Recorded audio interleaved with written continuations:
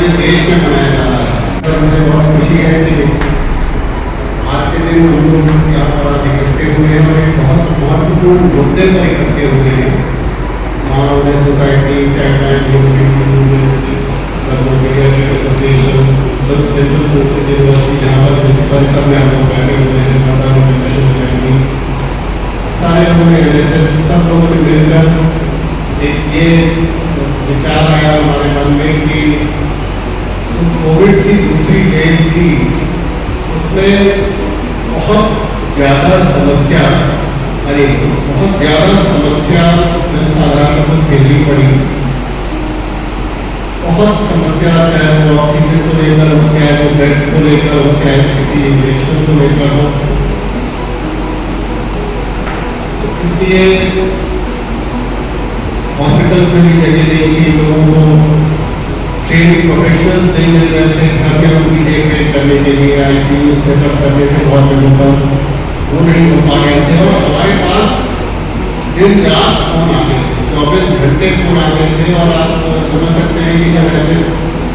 समय में हम मदद नहीं कर पाते थे तो हमारी क्या हालत होती थी। और एक से बात हो रही थी, उनको प्यारी जी ने भी ये इच्छा जाहिर करी कि हम लोग अगर एक थर्ड वेव जिसकी अभी आशंका व्यक्त की जा रही है, जिसको ये भी कहा जा रहा है कि बच्चों के लिए ज़्यादा खतरनाक हो सकती है क्योंकि अभी वैक्सीनेशन बच्चों के लिए आया नहीं, तो उसको लेकर कुछ तैयारी हम लोग करके रखें और कुछ हमारे ऐसे वॉलंटियर्स तैयार रहें जो कि यदि आवश्यकता पड़े अगले 1-2 महीने में जब भी, तो सतर्क रहें, सावधान रहें और अपनी इच्छा से, स्वेच्छा से मदद करने के लिए समाज के लोगों के आगे आ सके। तो ये भूमिका और इसी परिप्रेक्ष्य में आज हम लोग यहाँ पर इकट्ठे हुए हैं। मैं निवेदन कुछ अपने प्रमुख लोगों से यहाँ करूँगा कि वो मैं अपना स्थान करें। थैंक यू एस्टीम पैनल, हमारे साथ जो हमारे लोग यहाँ पर जुड़े हुए हैं और दीक्षित जी हैं जो प्रोग्राम ऑफिसर एलएसएस के हैं विश्वविद्यालय में। एलएसएस के हमारे लोग पुराने चाइल्ड की टीम बैठी है और मानव सोसाइटी से बैठे हुए लोग। तो मैं निवेदन करूँगा मेरे साथ आप आगे का कोऑर्डिनेट कर लें। तो हमारे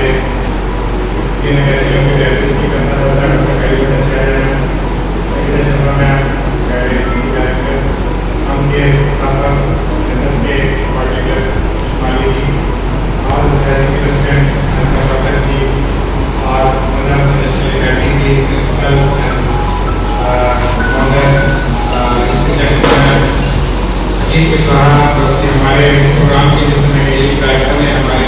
सारे लोगों से इकट्ठा करो और गाँव की दुनिया और एसएस के पुराने एक्टिविटीज पर हम लोग के चाइल्ड लाइन से हम लोग एक ज़माने से मैं समझता हूँ कि जुड़े हुए हैं। वर्षा जी हमारे कृष्णा चाइल्ड लाइन से, शहनाज, संजय,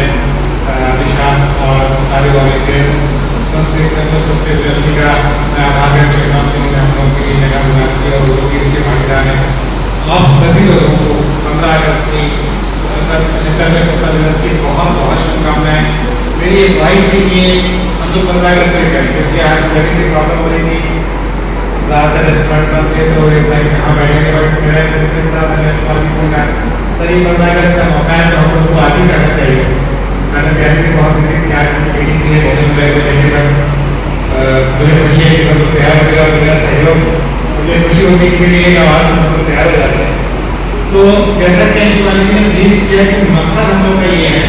कि हम लोग अपने थर्ड वेव के लिए तैयार हैं और मैं समझता हूँ कि ये हम लोग थर्ड वेव के लिए नहीं, आई थिंक जो हमारा आज ये ग्रुप कर रहा है, वॉलंटियर्स का ग्रुप कर रहा है कि हम लोग हमेशा के लिए किसी भी आपदा के लिए हम रेडी होता है ना, रास्ता कोई और प्रॉब्लम भी आती है तो हमारे पास एक ग्रुप ऑफ वॉलंटियर्स है, हमारे पास ग्रुप ऑफ वॉलंटियर्स है, हमारे पास ग्रुप ऑफ डॉक्टर्स है जो कि अपनी अपनी इंडिविजुअल कैपेसिटीज में काम कर रहे थे। मेरा मकसद है जब हम इसको पिलो की एक माला बनानी है, जब माला बन जाएगी तो ज़्यादा से ज़्यादा इसकी खूबसूरती बढ़ेगी, इसकी खुशबू भी फैलेगी और इसकी उपयोगिता भी बढ़ेगी।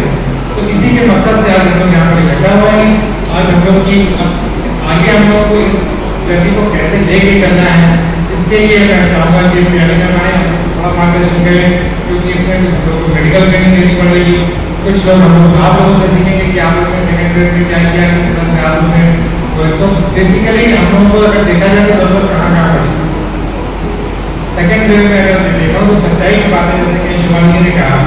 कि इतने फोन आए और ज़्यादातर हम लोग असहाय थे, तो उसमें कुछ हमारे ऐसे खास कंपनी की डेथ भी हो गई, जिसकी मुझे शायद गाड़ी ज़िंदगी में रही कि मैं कुछ नहीं कर पाया इनके लिए, क्या मेरे पास होना है और क्लियर है। तो अब इसी सिलसिले को हम लोग आगे बढ़ाएंगे ताकि आने वाले वक्तों में हमें इस मजबूरी का सामना न करना पड़े। तो इसमें जैसे कि मैंने कहा कि होम केयर से लेके हम कैसे होम केयर दे सकते हैं, हम कैसे एम्बुलेंस ट्रांसफर कर सकते हैं, बेड कहाँ पर अवेलेबल है। बहुत से लोगों को ऑक्सीजन सिलेंडर लगाना नहीं आता, बहुत से लोगों को नेबुलाइजर का इस्तेमाल कैसे किया जाए नहीं आता है। मेरे पास तो आते हैं किसी को भेज दीजिए घर में इंजेक्शन लगाना है, मैं अपने स्टाफ से रिक्वेस्ट करता था ना, बड़ी उसको रिक्वेस्ट करें सर कोविड के घर में कैसे जाऊँ। तो अगर हम पहले से तैयार करेंगे, अगर बच्चे हमारा पहले से तैयार है उसको पीपी किट दे सकते हैं, तो काम किया जा सकता है। तो इसी की तैयारी है और इसको हम लोग आगे कैसे लेके बढ़ेंगे, इसके लिए मैं पहले से रिक्वेस्ट करूँगा कि मैं आप लोग का मार्गदर्शन करें, क्योंकि आप भी गवर्नमेंट के प्रोग्राम से ट्रेनिंग लेने में आपको ट्रेनिंग कर रहे हैं। जैसा कि कहा गया है कि कांटे बच्चों में ज़्यादा होगी और हम लोग की जनरेशन है, तो हम लोग की की तैयारी कैसे करेंगे और अपने वॉलंटियर्स जो हमारे बीच में कुछ आए हैं और इस प्रक्रिया में जुड़ेंगे, इनको हम लोग कैसे तैयार करें, मैं इसके लिए आप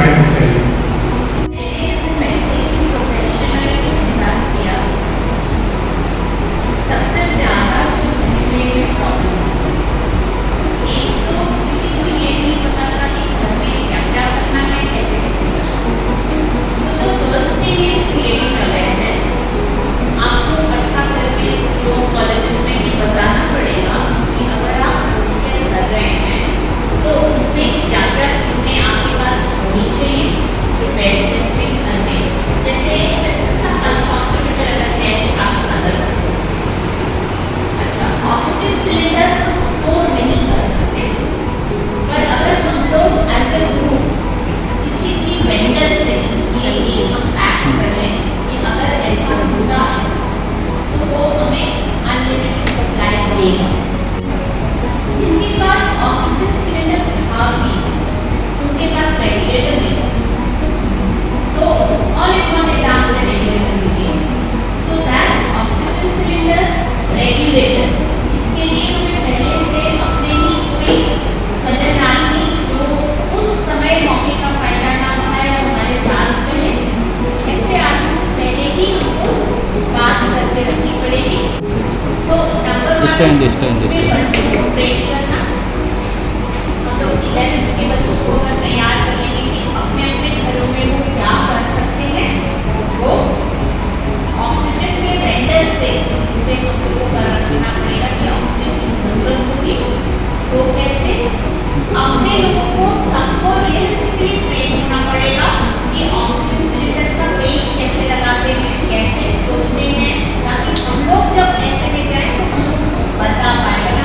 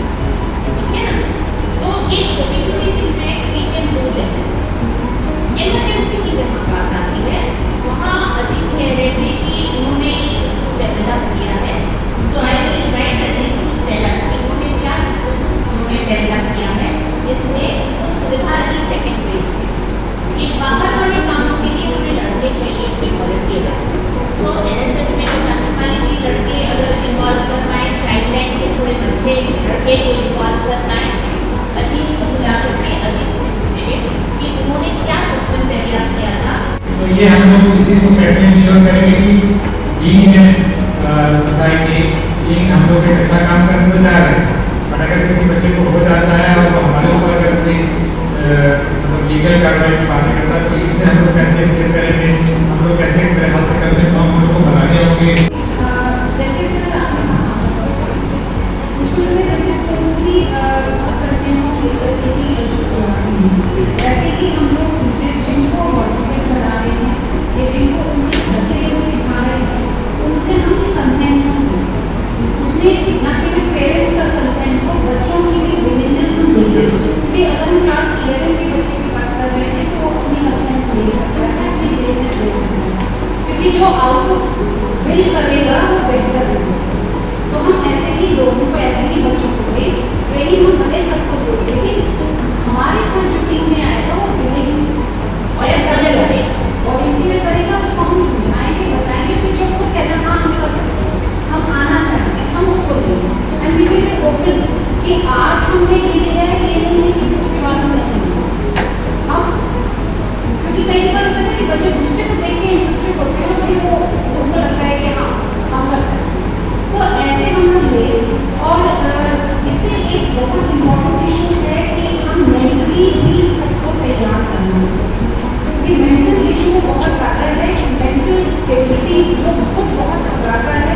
खुद बहुत परेशान होता है, उसको तो पहले हमें मेंटली स्टेबल करना पड़ेगा तभी हम उसको अपने साथ ले सकते हैं। तो ये मेंटल हेल्थ का भी इशू है कि घर में कैसे बच्चे या कैसे बड़े, क्योंकि बड़े कई बार ऐसा छोटी छोटी चीज़ों में बहुत घबराते हैं, तो इस इशू को भी हम अपने साथ लेकर के चले, मुझे लगता है कि अच्छा होगा। और जहाँ तक बच्चों को समझाने की बात है, पेरेंट्स को समझाने की बात है, अगर अच्छी नहीं है हाँ, तो अभी आगे हमारे बीच अभी जैसे क्या लगता है कि मैं समझता हूँ कि ये लड़कों के ज़बरदस्त टीम का रिकॉर्ड है और उनके लिए बहुत ज़माने से काम कर रहे हैं, और मैं समझता हूँ देश हमारी की ओर से जैसे कि जिले की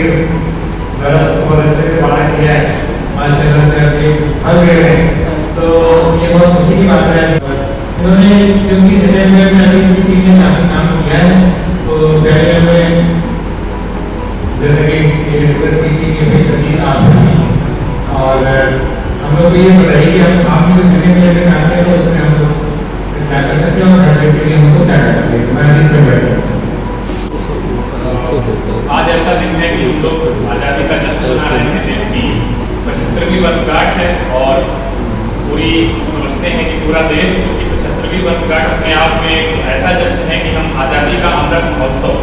जो कि सिर्फ संस्कृति विभाग ही नहीं, देश के जितने भी सरकारी विभाग हैं, जितने भी नागरिक हैं, सब इसको हर्षोल्लास के साथ मना रहे हैं, लेकिन लंबे समय तक मनाया जाएगा। लेकिन उसी के बीच कुछ ऐसी घटनाएं, कोविड की जैसी घटनाएं हमारे बीच में कि हम सब कहीं ना कहीं, मुझे ये लगता है कि जो देश की आज़ादी की जंग थी, उससे ज़्यादा कहीं ना कहीं इस जंग से निपटने की ज़रूरत पड़ी। उस जंग में भी बहुत सारे लोग शहीद हुए, इसमें भी हम सबको शहीदों का ही दर्जा देते हैं कि वो लोग भी, चाहे वो डॉक्टर्स की टीम रही हो, फील्ड पे काम करने वाले लोग रहे हों, बहुत अच्छे एक्टिविस्ट, सोशल एक्टिविस्ट लोग भी इसमें जो राशन बांट रहे थे, जो मदद कर रहे थे, कई ऐसे मेरे जानने वाले युवा साथी थे जो एक समाज के लिए उदाहरण के तौर पर काम कर रहे थे, लेकिन वो सब भी इसमें अपनी आहुति दे बैठे। तो कहीं ना कहीं जो भी है, कोविड की चूंकि फर्स्ट वेव आई, हम सब कुछ चीज़ों को समझा, सेकेंड वेव में बहुत सारी चीज़ों को सिखाया, ऑक्सीजन की ज़रूरत, मेडिसिन, एक दूसरे को इमोशनल सपोर्ट की ज़रूरत, मेंटली कैसे हम उनको प्रिपेयर करें। तो जब सेकेंड वेव चल रही थी, क्योंकि सेकेंड वेव चल रही थी, तो और सारी चीज़ें तो हमारे काम कम हो गए थे, और हम लोग सिर्फ कोविड के बारे में सोच रहे थे। फेसबुक, व्हाट्सएप, ट्विटर, सब जगह बस एक ही घटना दिख रही थी कि बस श्रद्धांजलि, वो हमारे बीच नहीं रहे, ऐसी घटनाएं हम सब देख रहे थे, और कहीं ना कहीं दिल में भी ये चीज़ थी कि आज नहीं तो कल ऐसा लग रहा था कि हम भी अब चले जाएंगे, मतलब आज नहीं तो कल मेरा भी नंबर आने वाला है, ऐसा सोच के लगता था मेंटली। तो उसी बीच में कि अमर उजाला की तरफ से कुछ एक कोविड की किट डिस्ट्रीब्यूट करी जा रही थी, जो ज़रूरतमंद लोग हैं, हम लोग भी अपने इस तरह से सपोर्ट कर रहे थे, क्योंकि ऑक्सीजन की ज़रूरत पड़ रही थी, दवाइयों की ज़रूरत पड़ रही थी। उस बीच में मैं सर से मिलने गया, तो सोमानी सर ने डिस्कस किया कि क्यों ना हम लोग एक स्टेट लेवल का एक ऐसा ग्रुप तैयार करें जिसमें कि ज़रूरतमंद लोग भी हों और ज़रूरत देने वाले भी हों। ये मेरा अनुभव जो है ये फर्स्ट जो व्यक्ति उसका है कि जो मदद देने वाले लोग हैं और जो मदद लेने वाले लोग हैं, दोनों के बीच आप ब्रिज का काम कर दीजिए, उन दोनों को कनेक्ट कर दीजिए, तो मुझे लगता है कि बहुत सारी प्रॉब्लम अपने आप सॉल्व हो जाएगी। क्योंकि जिसको मदद चाहिए उसको पता ही नहीं होता कि उसको मदद देने कौन आएगा। और कई बार हम सब लोग जो मुझे लगता है कि जो मंच पे जितना ग्रुप है मदद देने वाला ग्रुप है, और इन तक जब तक जरूरतमंद लोग पहुंचेंगे नहीं तो उनको कनेक्ट करने का काम हम सब कर सकते हैं। तो वो कनेक्टिविटी बढ़ाने के लिए मुझे लगता है लखनऊ ही नहीं पूरे उत्तर प्रदेश का ग्रुप बनाया गया। उसमें कई अच्छे लोग थे। इलाहाबाद से आशिया हमारे साथी प्रेसिडेंट अवार्डी हैं, उन्होंने बहुत काम किया और इलाहाबाद के आसपास के क्षेत्र की जितनी भी समस्याएं थी और उनका दोनों ग्रुप के साथ समन्वय था। जिनको ब्लड चाहिए, प्लाज्मा चाहिए, ऑक्सीजन चाहिए, इवन हमें कभी कभी मदद लेनी पड़ती थी उनसे, प्रॉब्लम डाल रहे थे और थोड़ी ना थोड़ी देर में जो है कोई प्रतिक्रिया दे रहा था और हम सब उसको एक मिशन की तरह जा रहे थे। कई बार नहीं भी होता था तो चूंकि उसमें संरक्षक की भूमिका में सर रहते तो सर का फोन भी आता था, भाई इसमें क्या हुआ, उसमें कुछ प्रतिक्रिया नहीं आ रही है। एक ग्रुप और यहाँ बना था एक्शन एड का, जिसको हम लीड कर रहे थे, उसमें भी बहुत सारे लोगों की मदद हुई। उसमें सारे पत्रकार थे, सरकारी विभागों के लोग थे, सामाजिक लोग थे। तो उसके माध्यम से भी तो हमको जब भी कोई समस्या किसी को आती थी तो हम 2-3 ग्रुप में तुरंत डालते थे और 2-3 घंटे में समस्या सॉल्व हो जाती थी। मानसिक रूप से बच्चों को उबारने में, और मुझे लगता है कि जो बच्चे हैं उनका फ्रेंड सर्किल भी है, उनके स्कूल के फ्रेंड्स होंगे, उनके कोचिंग के फ्रेंड्स होंगे, उनके जहाँ पे स्पोर्ट्स के लिए जाते हैं, तो उनके मित्र का उनका भी एक अपना ग्रुप है। तो ऐसे में मदद पहुंचाने में ये बच्चों का जो समूह है मुझे लग रहा है कि बेहतर हमें कनेक्टिविटी का काम करेगा। इन्हें हम बहुत ज़्यादा ग्राउंड पे ना लेके हम उनका सोशल मीडिया पे ही व्हाट्सएप के थ्रू या उस तरह से हम चेन बनाने का काम करें। और ग्राउंड के लिए जो हम लोग जो एडल्ट हैं जो काम कर सकते हैं, तो हमें लगता है कि वो लोग जैसे वही ब्रिज का काम करने का जो है वो जिम्मेदारी को एडोशन जो है वो संभाल सकते हैं। उसमें मुझे लगा कि कम से कम 2 हेल्पलाइन नंबर जारी कर दिए जाए, 2 जो जिम्मेदार लोग हैं जो रिस्पॉन्सिबिलिटी संभाल सके, जो समय दे सके। तो कई बार ऐसा होता है कि हम लोग अपनी जिम्मेदारियों में लगे होते हैं, फोन नहीं उठा पाते, या उसमें जितने कॉल आने लगे थे कि अपने को भी कभी कभी लगने लगा था कि मतलब, लेकिन फिर भी हम लोग जिम्मेदारी के साथ लगे। 2 ऐसे लोग या हम लोग कुछ डे वाइज भी बांट सकते हैं कि हफ्ते में 3 दिन हम करेंगे या वीकेंड पे कर लेंगे, ऐसे कुछ करके हेल्पलाइन नंबर को जारी कर दिए जाए। टीम में 2 तरह के लोग शामिल होंगे, एक तो किशोर होंगे और दूसरे युवा होंगे। जो किशोर होंगे जिनकी उम्र हमें लगता है कि 15 से 18 साल के बीच होगी, वो अपने अभिभावक या स्कूल के निर्देशन में कार्य कर सकेंगे। युवा जिनकी उम्र 18 से ऊपर है वो स्वतंत्र रूप से कार्य कर लेंगे। इस ग्रुप के माध्यम से हमें सेवा प्रदाता और जरूरतमंद के बीच एक ब्रिज का काम करेंगे, जिससे कि सेवाएं सही समय पर सभी लोगों तक पहुंच सके। ग्रुप के लोगों को उनके इंटरेस्ट के अनुसार कैटेगरी वाइज, जैसे जरूरी नहीं है कि सभी का मेडिसिन में, बेड में, हॉस्पिटल, एम्बुलेंस की अवेलेबिलिटी के ध्यान हो सकता है कोई धरातल पे राशन और लोगों को इमोशनल सपोर्ट, उनको काउंसलिंग। तो हमें कैटेगरी वाइज भी अपने पास कुछ लोग रिजर्व रखने पड़ेंगे टीम वाइज। तो हमें ये टीम बांटनी पड़ेगी इस तरह से। ग्रुप को मॉनिटरिंग करने के लिए मुझे लगता है 5 सदस्यीय पैनल गठित हो जाए, वो समय समय पर इसको रिव्यू करता रहे, क्या फीडबैक है, कहाँ पे हमसे गलतियाँ हो रही हैं, कहाँ पे हमें चीज़ों को संभालने की जरूरत है। तो वो उस ग्रुप के माध्यम से हमें चीज़ें जुड़ती रहेगी। कार्यक्षेत्र का निर्धारण मुझे लग रहा है आवश्यक है। जैसे कुछ ग्रुप तो स्टेट लेवल के हो गए या कुछ डिस्ट्रिक्ट वाइज भी होंगे, तो उस डिस्ट्रिक्ट वाइज जो ग्रुप बनेगा उसमें डिस्ट्रिक्ट के लोग ही होंगे। और ये भी हमें ध्यान रखना पड़ेगा कि हर तरह के लोग शामिल हो जाए, हेल्थ से भी, सोशल सेक्टर से भी, कुछ उसमें मीडिया के लोग भी हो जाए, कुछ ऐसे लोग हों जो उसमें किसी भी तरह की अगर ग्राउंड की चीज़ें आती हैं, कुछ ऐसे जो एक्टिविस्ट हैं जो ब्लड डोनेट करना चाहते हैं, बहुत सारे ऐसे लोग हैं। उस टाइम में कई लोगों ने क्योंकि ज़रूरत पड़ रही थी तब भी लोग रक्तदान कर रहे थे। तो ये हमें इसमें करना होगा। इस तरह से हम लोग एक टीम बना के इस काम को कर सकते हैं।